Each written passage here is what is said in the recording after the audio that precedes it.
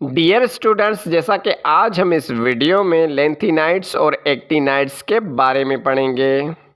Lanthanides और actinides दोनों series के नाम हैं जो मॉडर्न पीरियोडिक टेबल के एफ ब्लॉक में रखे गए हैं।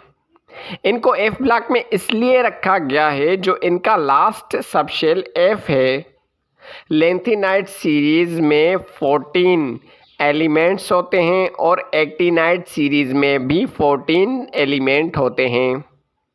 लेंथेनाइड्स नाम इसलिए रखा गया है कि ये लेंथेनियम एलिमेंट के बाद आते हैं और एक्टिनाइड भी नाम इसलिए रखा गया है कि ये एक्टिनियम एलिमेंट के बाद आते हैं।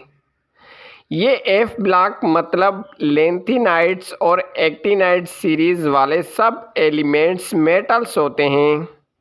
लेंथेनाइड सीरीज़ छठे पीरियड का हिस्सा है और एक्टिनाइड सीरीज़ 7वें पीरियड का हिस्सा है। ये इनके साथ ही काउंट होते हैं पीरियड में।